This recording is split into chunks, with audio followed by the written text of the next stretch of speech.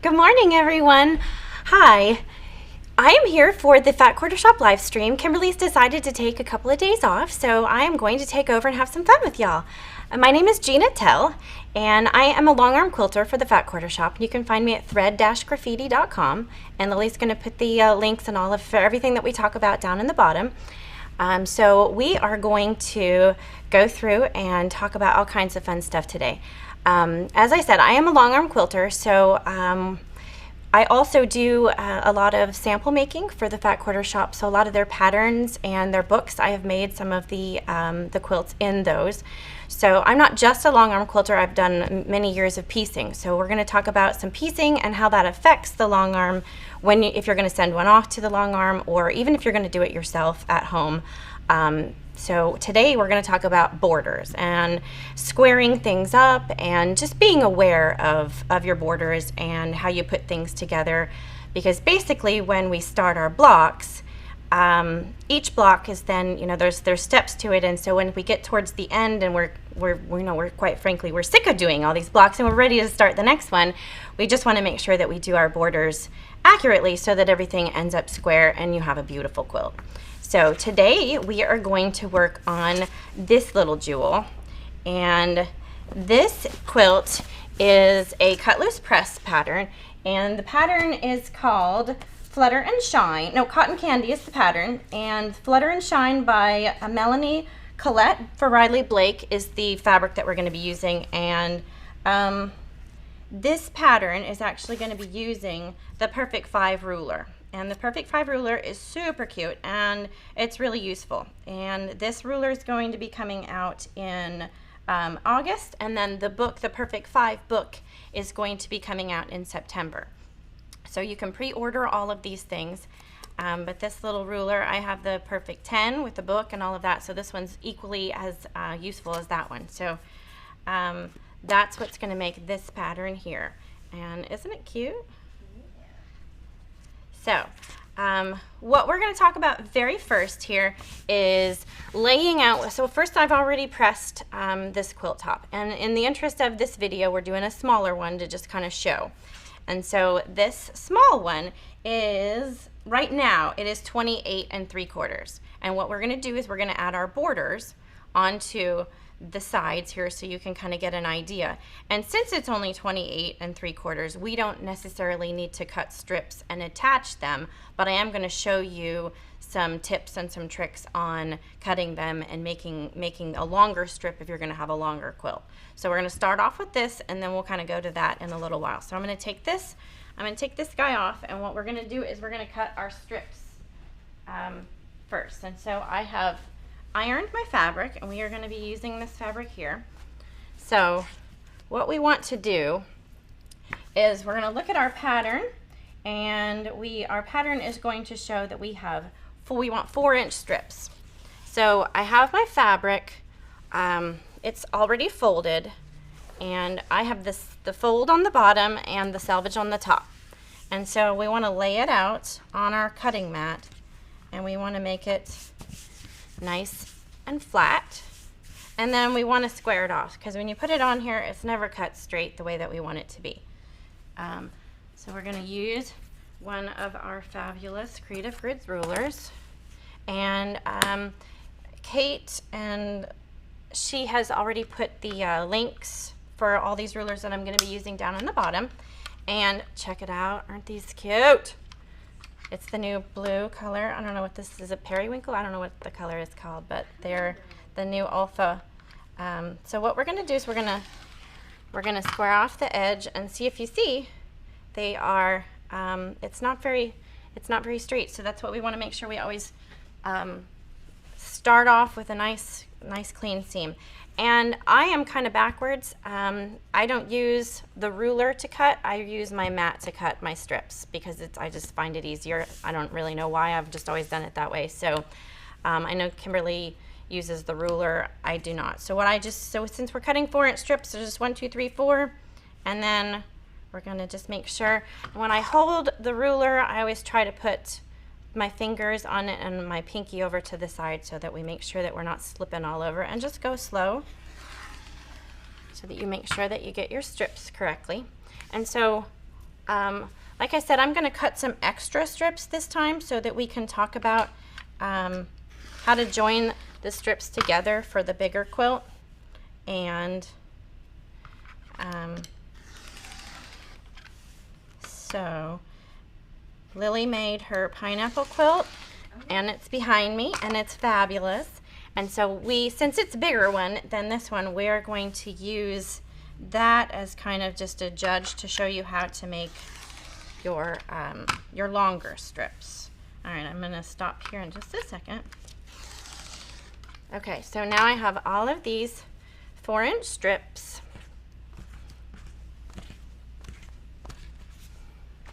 And I'm going to take this guy. All right. So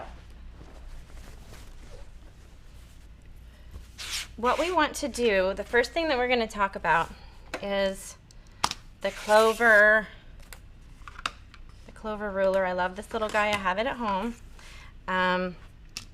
It's a great little ruler to do what we're getting ready to do. So when we are trying to figure out our measurements for our borders, we want to make sure that when we cut our blocks, we want to make sure that they're square when we cut them and when we put them together. So when you lay it out, if you have any blocks that look funny, that look, you know, like your edges, sometimes when we cut our squares, they get a little funny, and then if you've got some extra, so when you're measuring, it might not necessarily be your whole quilt is off, it's just maybe that you cut these end quarters not quite right.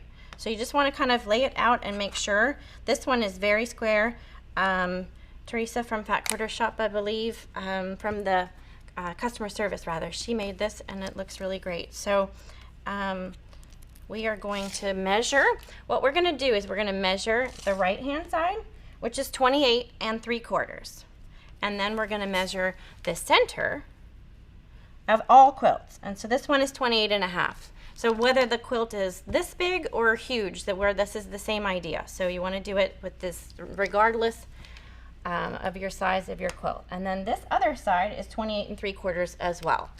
So what we want to do is we want to take those 3 measurements, and typically what you want to do is you want to average them.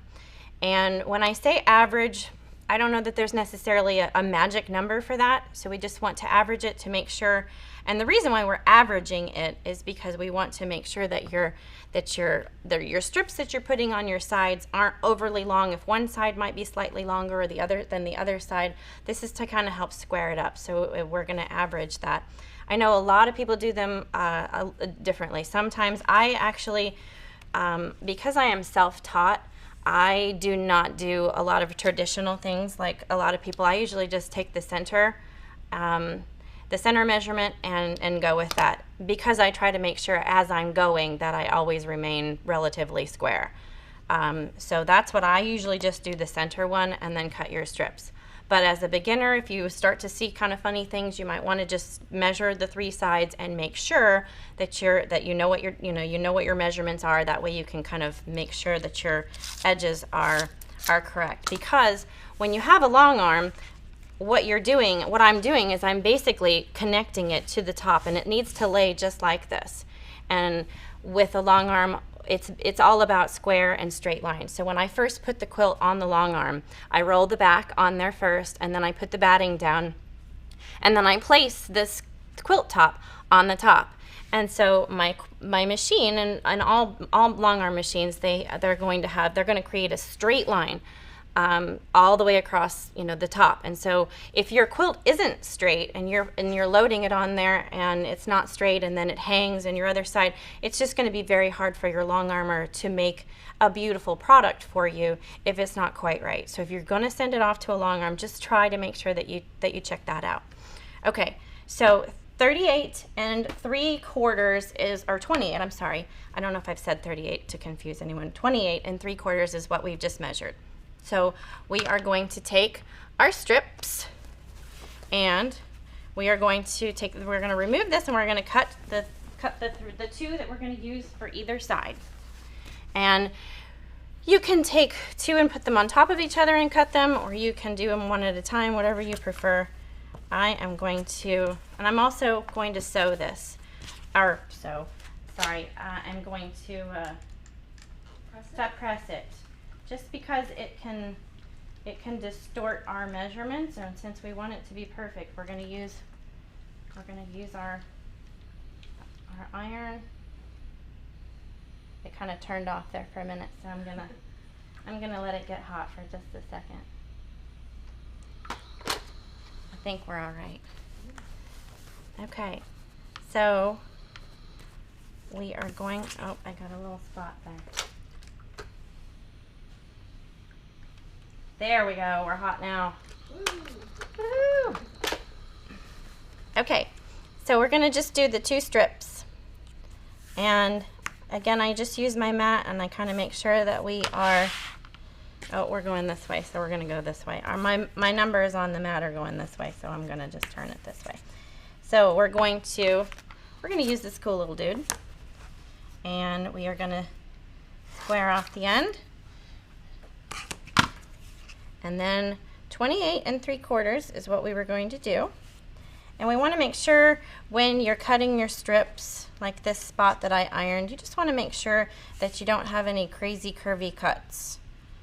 So our 28 3/4 is right here. So we've got them all flat. And we're going to use this little ruler. We can probably use this one for better accuracy. We're going to line up right here, and then we're going to line up the 28 3/4. And we're going to cut. So now we've got these 2 pieces, and we're going to go to the sewing machine, and we are going to attach them in a minute. But before we do that, I always pin, I am not a big pinner. I don't like to pin at all. I hate pinning. However, with borders, it's necessary. So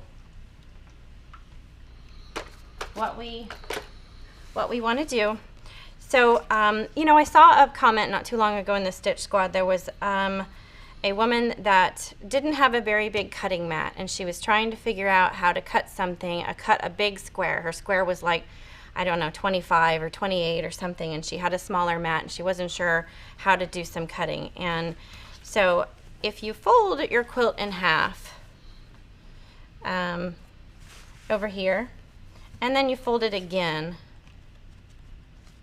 So we're going to fold it in half, and you can finger press, or you can also use these super snazzy friction pens, which I like a lot. You can just put a little mark inside there at the half, and then you can fold it again.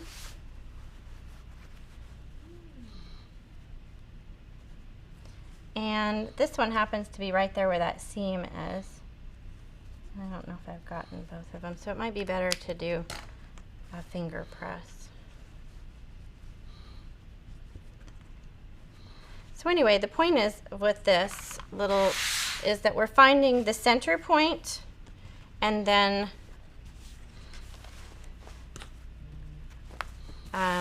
so we've got our center, and then our 2 other the quarter points. So we're going to pin, that's where we're going to pin. So we're going to lay them here, and then we're going to pin them where we just made our finger press in the center, and then we're going to pin again right here at the quarter mark, and then the other one, which is right here. And so that just ensures that we're getting the center of your quilt with the center of the strip that you just cut. I always like to pin the very end also, and you don't necessarily have to pin it right here where you have to take it out. Sometimes I pin it just off to the side so it's not in my way. But when you're sewing, sometimes that little guy on the bottom just has a tendency to move over a little bit, and we don't want that because that is important for our edges. All right, so we're going to do the same thing. We probably should have done it a second ago, but that's okay. It's okay, no big deal. So again, with these friction pins are available at the Fat Quarter Shop. I have all of them in different colors. I really like them. They go away like magic with your iron, and they're awesome. So I use them with the long arm. I do a lot of marking with the long arm. And so I use my red one a lot, and I use, when I load them onto the long arm, I always ask people to put their put a note on the top and the bottom so that I'm aware of what, you know, what top and bottom is when I'm loading them. But I always use my friction pen. I fold it in half, and I put you'd get your center point when you're loading it on the quilt, and so that half point is very important on your long arm so that you've got equal on both sides. So I use those friction pens a lot. And then these little guys, you can do the same thing. You can fold it, and you can fold it again and finger press. And then that way you know where you want to go.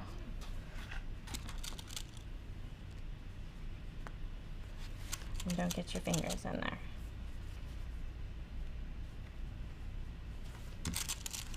And then on this end,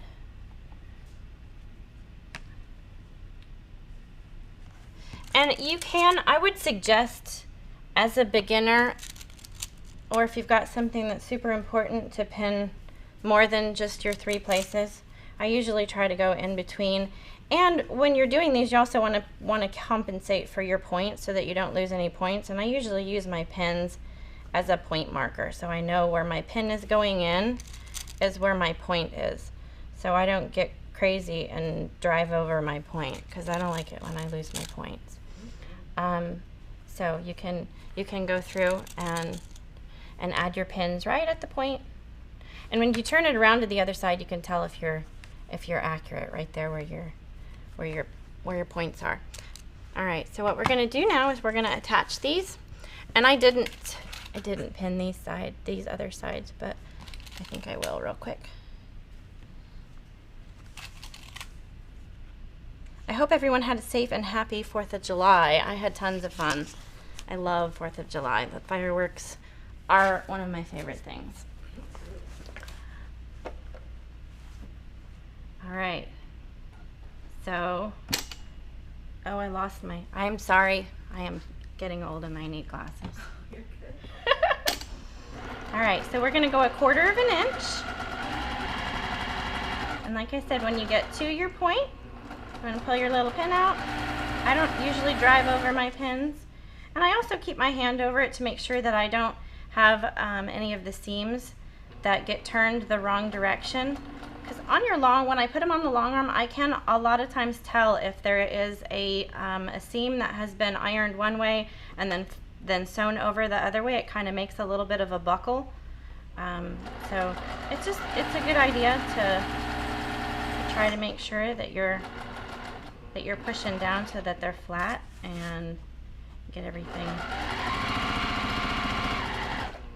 That one I went the other direction.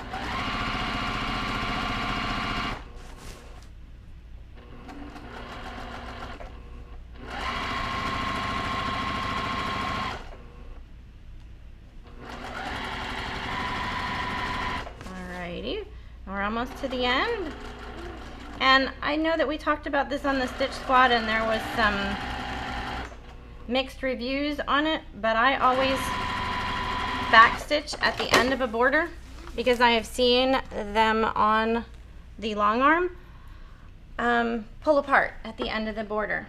And if your stitch allowance is not close enough, or you're not backstitching at the end, sometimes they can pull apart. And when they're on the long arm, you're not necessarily pulling it, but there is some pull. So if it's not at the very, if it's not even the same thing kind of with some blocks, and I realized that you're squaring off some of your blocks, but in parts where where your block is going to be attached to your border, like this one right here, you just want to make sure that those important seams are good and down, because I have seen them where they open, where that seam pulls apart and then there's a little tiny hole right there because there either wasn't backstitched or because your seam allowance wasn't small enough. So those are just something that I would just say to kind of pay attention to. All right, we're gonna go back over here.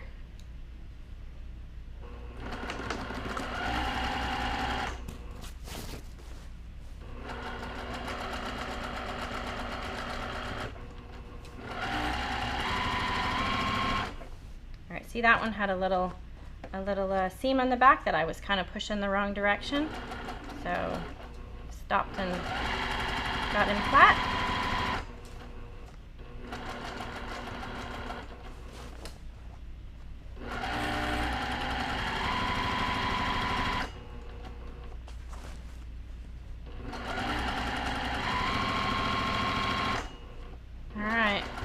There.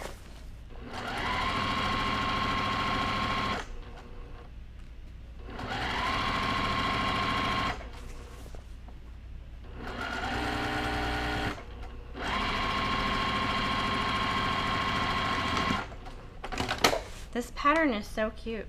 I really like it. All right, there's another pin.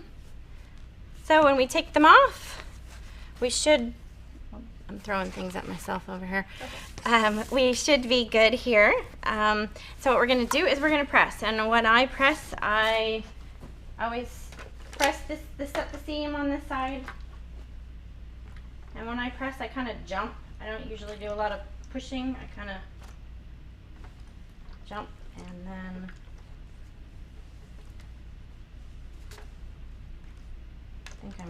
I think I'm driving my iron the wrong way. All right. I think it's turned off again.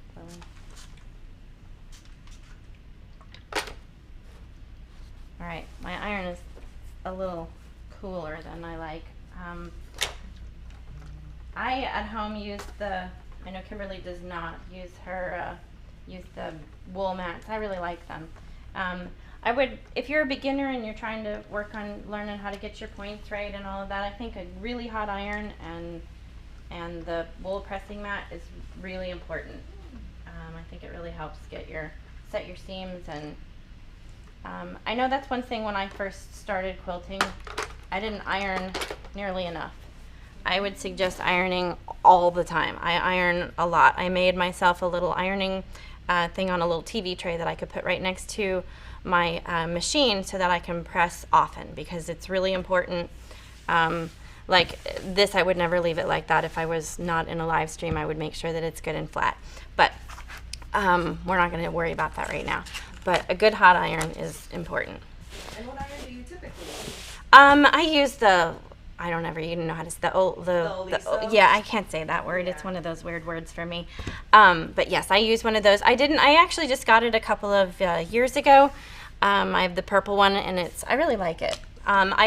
It's funny that when I first started using that, it was hard to kind of remember to not have to, move it back and forth. And I did a t-shirt quilt, and you have to put that pellin on the back, the interfacing. And so I was like, okay, I'm going to use my other iron so I don't accidentally get the sticky stuff on my brand new good iron. I burnt a huge hole in the top of my ironing board because I used the old iron and I left it there and I made a big hole. I was like, oh no. We do carry the Oliso. For those of you wondering at home, reason we're not using it today is because it's very loud on live stream. It is, because it kind of goes. It is, if you like me, the big noisy over here. So anyway, so now what we're going to do, and in the interest of this video, we are just going to do one of the borders here. And so what we want to pay attention to is the same thing that we just did. And like I said, this one's not really, I want to stress that it's important to get it flat, to get it nice and pressed, because this, I do sometimes see, and I am super guilty of it myself, when I first started quilting, I just truly didn't really care about the borders. I never really even thought about it all that much. When I did the patterns, a lot of times I didn't even pay attention to the number on the patterns. I would just kind of, this is how wide it was. I would cut a couple of big strips, and then when I got my long arm, I started to realize how truly important borders really are for good, crisp quilts. Especially if you're going to hang something, you want to make sure that you square it off. So we cut these pretty much perfect. There's not a lot of need to square them off. However, if you would want to and need to, all of the creative grids have the line on the side, and it's just important to make sure that you go and look. And so I usually, and see if you see right here, it's lining up perfectly with the seam that's right there and on the edge, and so we're really good here. And the same thing with this guy, I would say that it is also just fine. And I'm a little too short to see there, but I think that it's perfect. So what we're gonna do is the same thing we just did. We've got our measurements here. So this is 35.5, and we should be the same since we, yep, 35.5 and 35.5. So this side we're gonna do the same thing. So when I'm gonna press this center seam again, and we're gonna do the same thing. And oopsie, I'm about to do it again. I'm burning a big hole in Kimberly's stuff. So we're gonna fold it in half, and then we're gonna use our little pink marking tool, and we're gonna mark the center point, and then we're gonna mark the center point over here, and then we're gonna fold them again. Oh, and I don't know if I finished actually saying what I'm saying. This is a good way, if you do have a small mat, to make larger cuts. It is do the fold and do the fold again, and then that way you can figure out with your fabric if you want to cut something. Just fold it a couple of times, and then you can square it off if it's not exactly perfect. But if you're short on space and you don't have a lot of space, this is a good way to kind of measure something that's long. Because I usually, before I got my sewing room, when I first started, I was usually crawling around on the floor and trying to figure out how I was going to stretch and measure. And all right, so I don't know, I don't think it actually marked my mark. All right, so we're going to square off this end over here. And again, because this quilt is not very large, we do not have to join fabric pieces, but in a second we are going to. I got ahead of myself. What was my measurement, Lily? Do you remember? No, I don't think so. I forgot what it was. 35.5. 35.5. That means we're right on target because our pattern is 35.5 by 35.5. So we're just going to fold that guy in half, and I just trimmed this side. So our cutting mat is just exactly going to get us what we need here.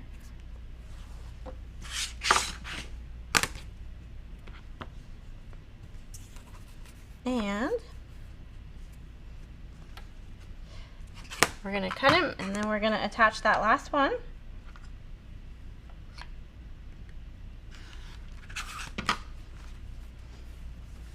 I'm just throwing fabric on the floor over here. You should see my sewing room sometimes. It looks like a disaster, like a tornado hit. I'm really bad. When I was younger, my mom used to always pick on me because I just throw stuff on the floor. And I'm not a slob. I just don't want to pick stuff up at that moment. I'll throw it down and then I will pick it up later. Okay, so we're gonna squeeze them and finger press them so that we know our halfway point, and then we're gonna pin. And I'm gonna pull my pins a little closer.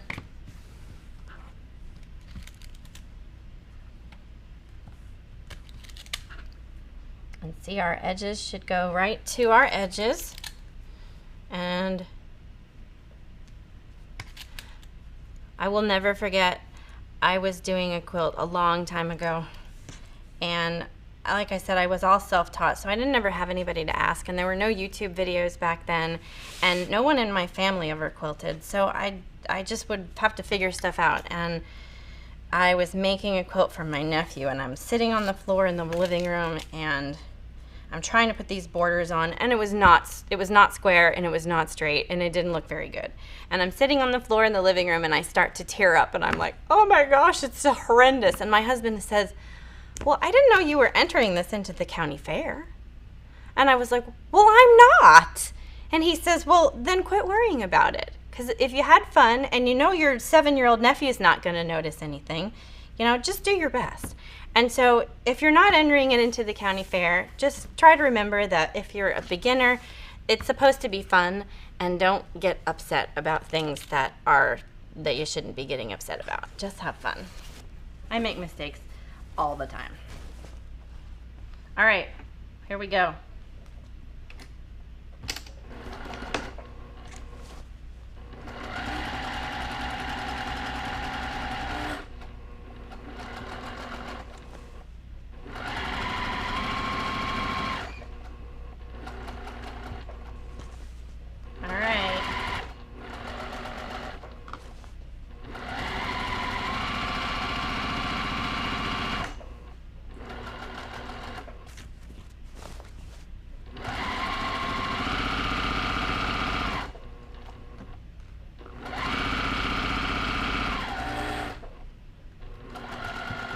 We're almost there.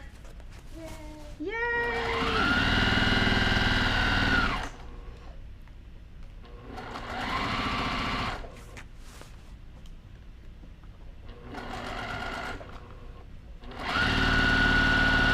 Alright, I'm going to back stitch this end. And look here. We're going to press it real quick.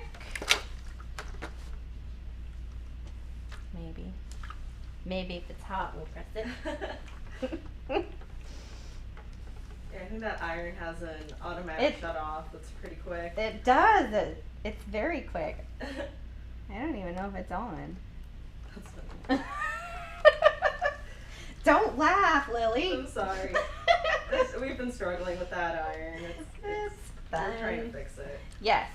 So, anyhow, this is a good example of why I stress that it's important to press, because right now we have ourselves 3 sides. Yay! And it's super cute. Yeah, I think this is a great pattern if you are a beginner, or if you just need something quick, you could probably make this an easy baby quilt. Super, super cute. All right, we're gonna fold this in half, and then Lily has made a masterpiece. And I have been awing it and oohing it when I watch the live streams.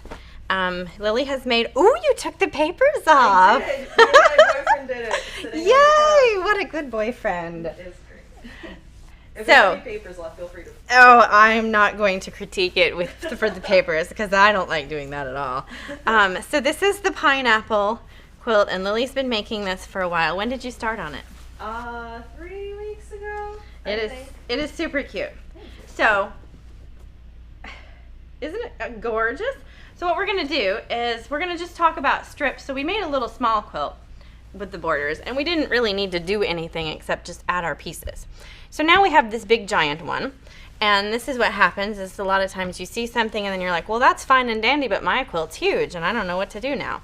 So what we're going to do is we're going to just talk about a couple of different options for sewing your strips together.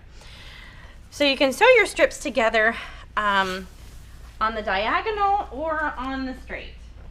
And to be honest with you, I never even knew there was such a thing as on the diagonal for a long time, because like I said, I'm self-taught. Nobody ever said this is how grandma did it. I didn't really know, so I always just sewed them on the straight.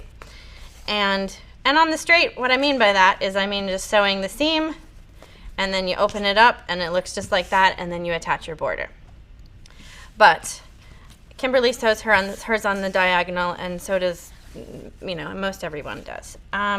So what we want to do is I'm going to show, so these are 4-inch strips, and what we are going to need to do for this large quilt is you're going to need to join 2 pieces together in order to finish. So what I do, and there's a lot of different ways you can do it. You can mark them, but this is the same technique that you would use for making binding strips. Usually your binding strips are 2.5 inches. These are 4, so it's going to be exactly the same. When you're making binding strips, you're just attaching strips over and over again, and then you're going to just use that when you bind your quilt. So this is the same technique. And this little guy, oh, you know what? Did we get that corner? Oh, yes. this, I love this guy. This Creative Grids, the folded corner clipper. I didn't even realize that. So this ruler is awesome. I love this one. So basically what we want to do is just line up on the bottom right here. And, well, since that's the, and we're gonna make, I'm gonna try to use this pen successfully this time. There we go. I think I just wasn't pushing hard enough on it. And so we can do this. And honestly, I don't usually mark strips. I do the washi tape on my machine, and once you've practiced enough, you usually can get a pretty good straight. And usually nothing more than 4. I don't usually guess anything more than 4.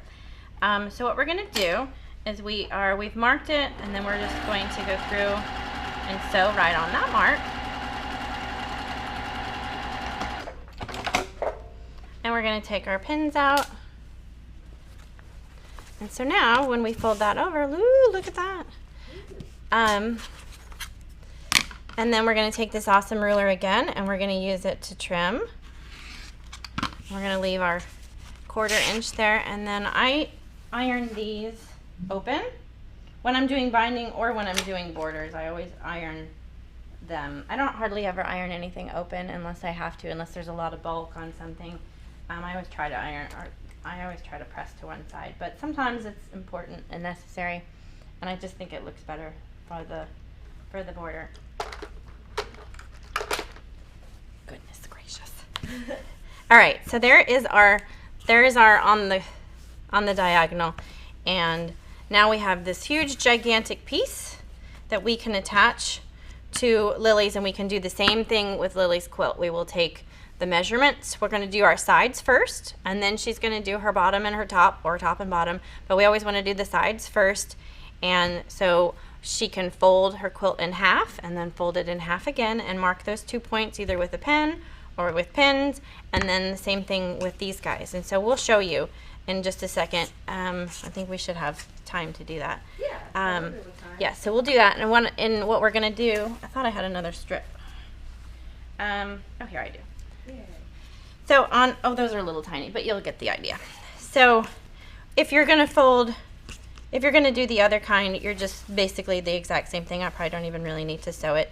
You're just going to, if you want to make your strips not on the diagonal, you're just going to pin your quilt or pin your strips and then sew.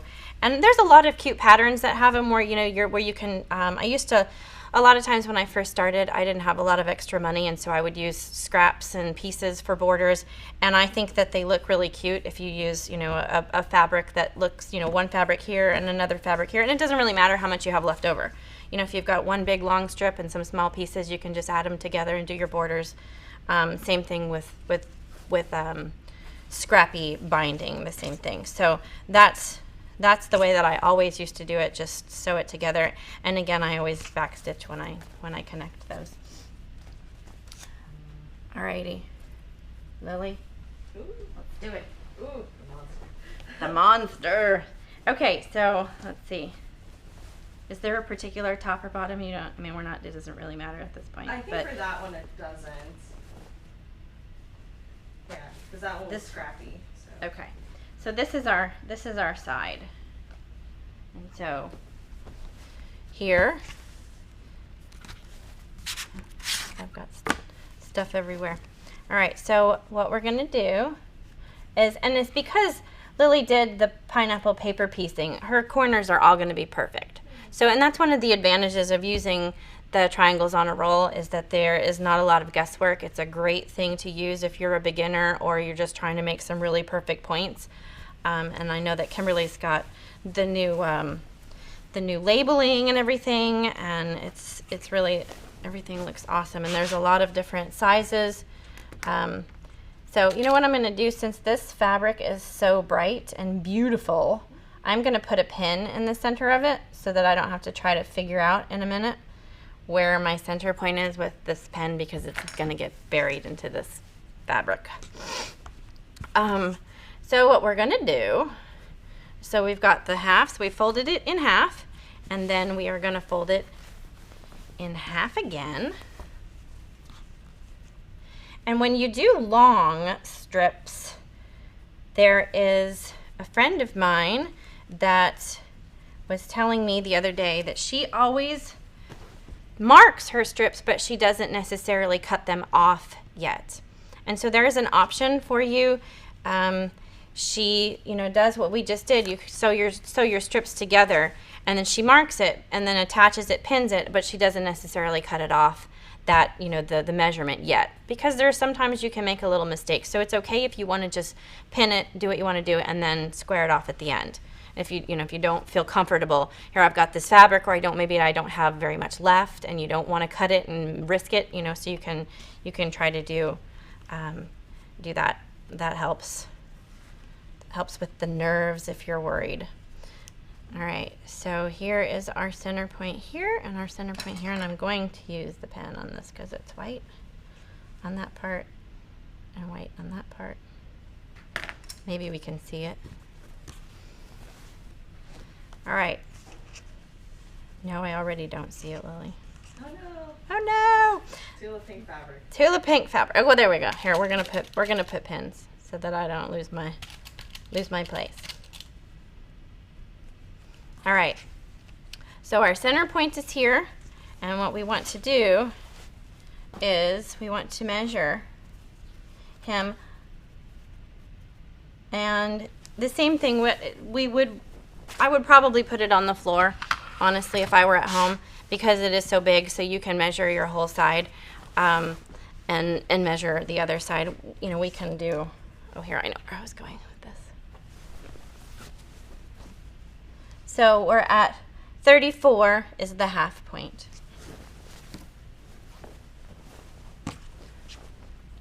So Lily, you want to do some math for me? Oh man. Oh man. I don't have a calculator. I don't have a calculator. Okay, so anyway, we're gonna so we've got this guy, and what we're gonna do is we're gonna attach our strips. So we're gonna use we've got plenty here. It's fine. What we're gonna do is we're gonna attach our halfway point. And what I usually do if I've got a strip, sometimes I deliberately make that so that's not in the halfway point. I kind of start it farther down or farther up. Like if I know I've got plenty of room, sometimes I'll start there so that I don't have my seam right in the center. I don't really know why I do that, but okay. So what we're gonna do is we're gonna just pin it for these big guys, and we're just gonna make sure that we pin on our pieces here, that we just put our pins. And it is important to lay it all flat though, and we really don't have the space for this. So, like I said, we're not going to do the 3 measurements right this minute. We are going to pin at our points, and then we're going to trim it off.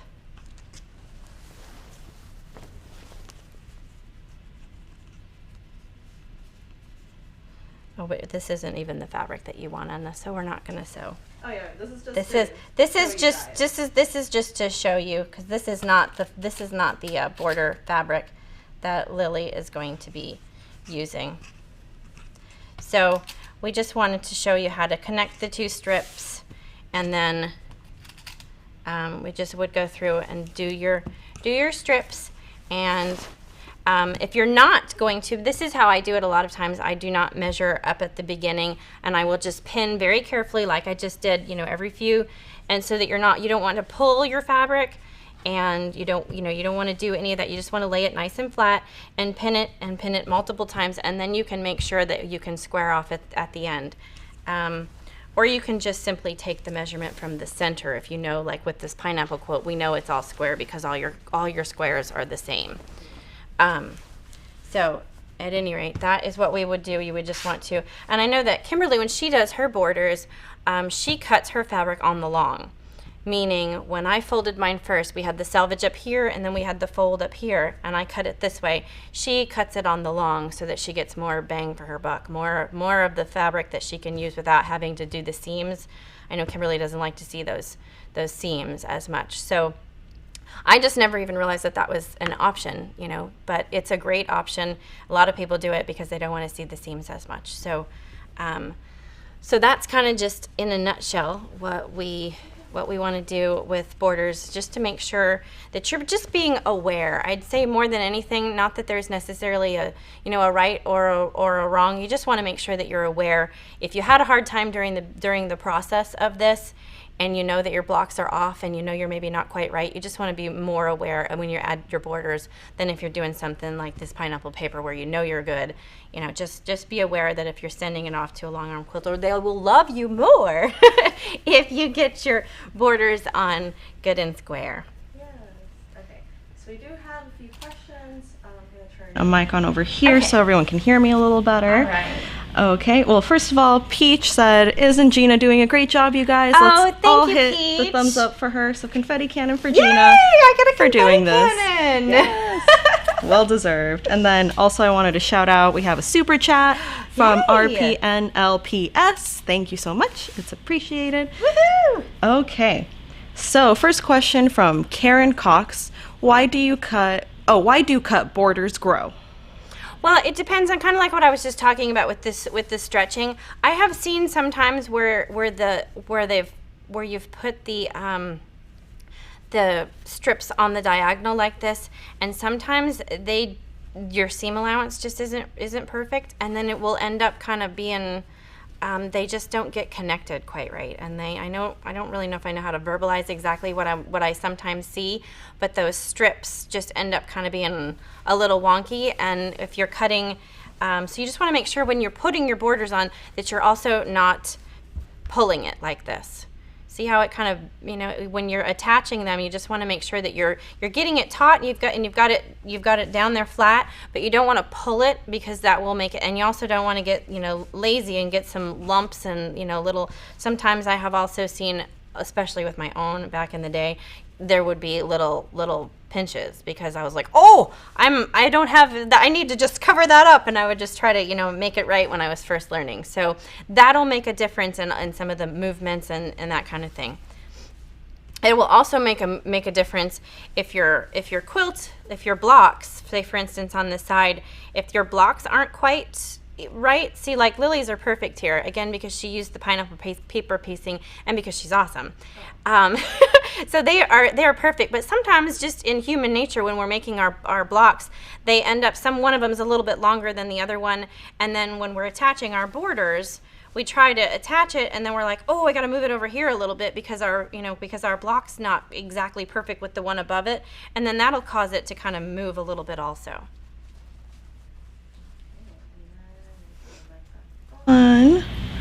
Okay, Gabriel first of all says, "Hi, Quilty Bestie." Hi, honey. How are you? And then he's asking, Gina, is it important to cut on the grain or just to square off and cut straight? You just want to make sure that you square off and you cut straight. I mean, there's lots of it. It depends on who you ask that question. Some people are going to tell you, you know, that it's you know, like I just said, Kimberly cuts hers on the long. I don't as much, and so you just want to make sure that you just are paying attention and you're aware that you square off for sure. And like I said, press, because the more you press, the flatter it's going to be, and you know that will help things stay flatter and straighter.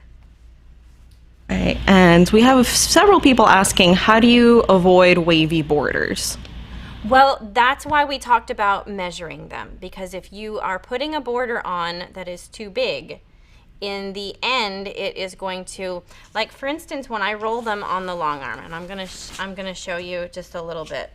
When you first put it on the long arm and you attach the top part, and then you start to roll it and roll it and roll it and roll it, and then this part is going up on the top of your long arm, and it starts to roll like that. And then when you get down to the bottom and it's on the long arm, see how right now it's lining up with your line. Sometimes if you get wavy borders, it's because there's too much fabric or because it wasn't squared off, so these long ends end up being longer like that. And then they've attached their strip, and then the strip tends to be like that. And so sometimes that's how it will actually look on the long arm, when it's laying on the bottom, it kind of looks like that because it sort of makes like a hill. The center part is going to be farther in, and then the edge kind of goes like that. And that happens because this end either wasn't squared off when they put this border on, and so when they sewed it on, if this fabric was a 1/2 inch longer, and then they went ahead and just attached it and then attached the bottom one like that, that'll cause it to do that movement.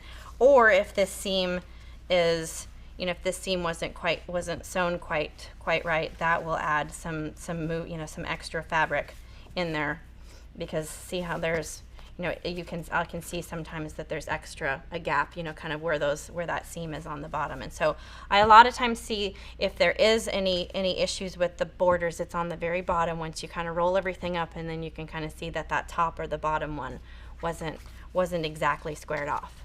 All right. Okay, and question from Mary Morgan. She says, may you explain why you pin inside to outside on the border? By that I mean with pinheads pointing towards the quilt center and sharps towards outside. Does that make sense? I may not have done things the way that I do at home if I'm here, just because this is not my normal, these aren't my, it's just not my normal placement. But I usually do it the way that I did like that, I believe, so I can just pull them out and set them right next to me. So I put the pin head on the right hand side because I'm right-handed, and then as I'm sewing, I'll pull it out. And then I usually have a little mess of pins right here, and then periodically I put them back in my little pin bin. I don't know if that answered your question or not, but I think so. Yeah, I think people were wondering if there was an advantage to like pinning them horizontally versus vertically. Oh, when I pin them, usually, like I said, I pin them where the point is a lot of times, so that when I put it in, when I put the pin into the border, when it's right there, I usually put it in where you can see, okay, so I don't know if you can see through, but you can tell that the point is right here when you look through it. And so I put my pin in right there where the point is, and then put it out like that. So I know where the pin went into the fabric, that's where I want my line to be, all the way down. And so where my point was right here, I put my pin in right there where the point is. That way, that's where I can just kind of gauge myself. So I know when my sewing machine's right here, I can look down, and if I have made a mistake or my blocks were a little funny, I'll be able to tell, oh boy, sometimes my point is way over here. And so I know I'm going to either lose my point or I'm going to have to pull some seams in and readjust and whatnot. So I always just put it in right where the point is, just so I try to not lose my points. We got several questions about the sewing machine you're using. So the first one was from Trisha Whitehouse. What kind of machine are you using? This machine is Kimberly's machine. I happen to have this exact same one at home. It is a Juki 2010Q. And I have had mine for probably, 13 years, 12 years, something like that.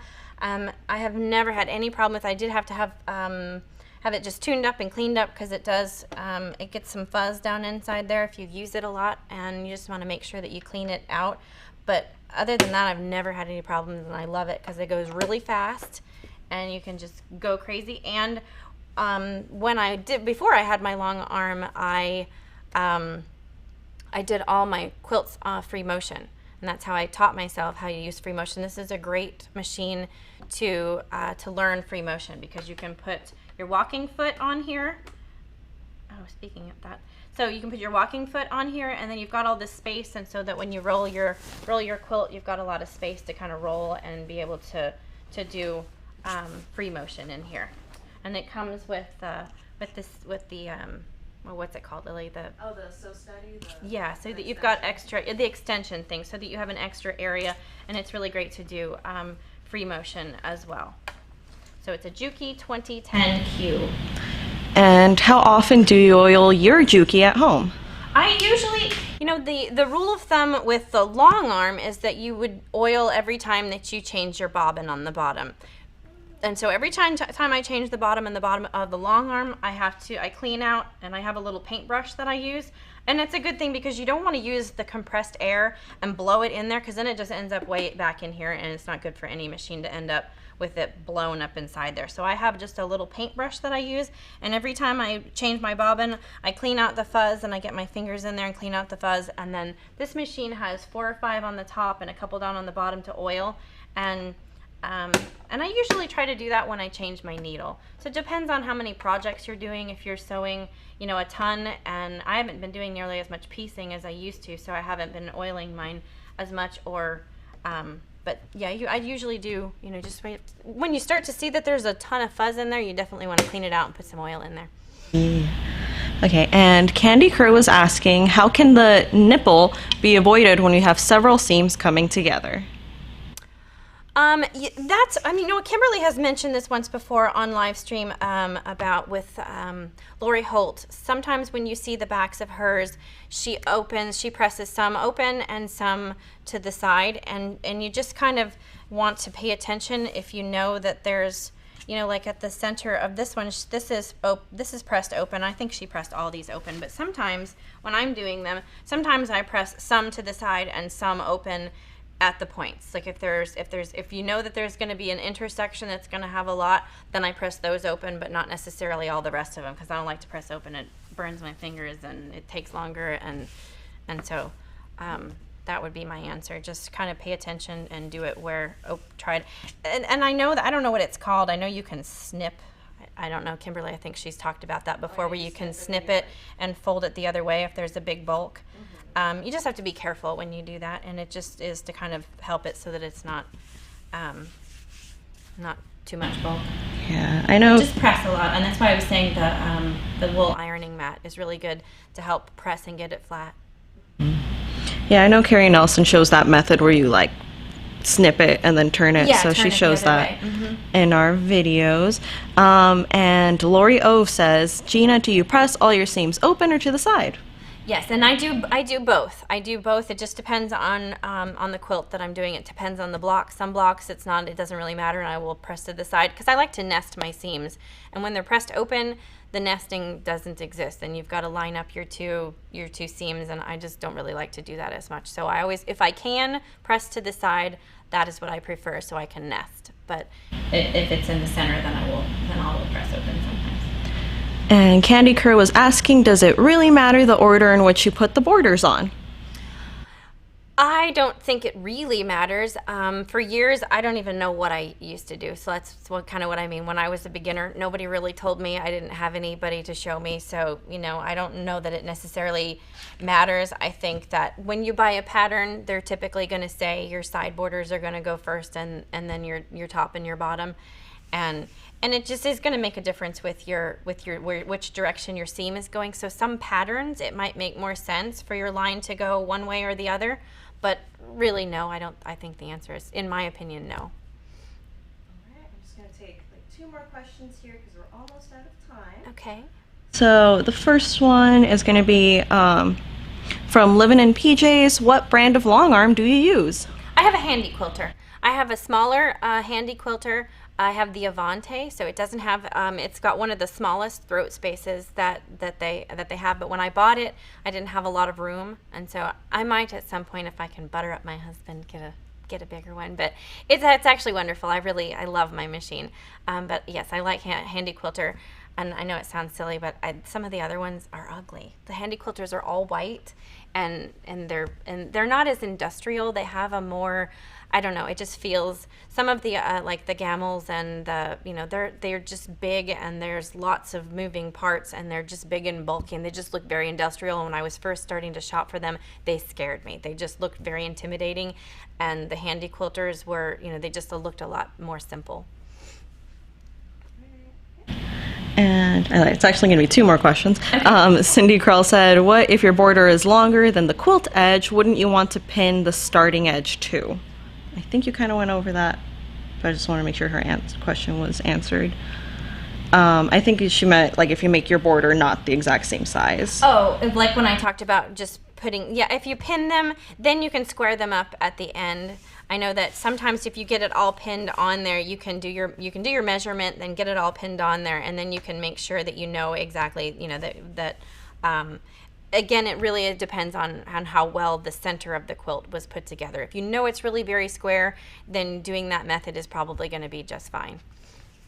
All right, and then the last question here is, are you available for them to send their quilts to you to be quilted? Absolutely, I would love for you to do that. Lily and Kate will put the link to find me down on the bottom. I have a Facebook page and I have an Instagram that I post pretty frequently, and you can find me at thread-graffiti.com. I am here local in the Austin, Texas area, so yes, I would love for you to send me something. It's 10 o'clock. Yay! Yay! Well, thank you all for joining. I appreciate it so much. Confetti cannon! And I hope Kimberly's having so much fun on her vacation with her family. So, yes, happy Friday, y'all.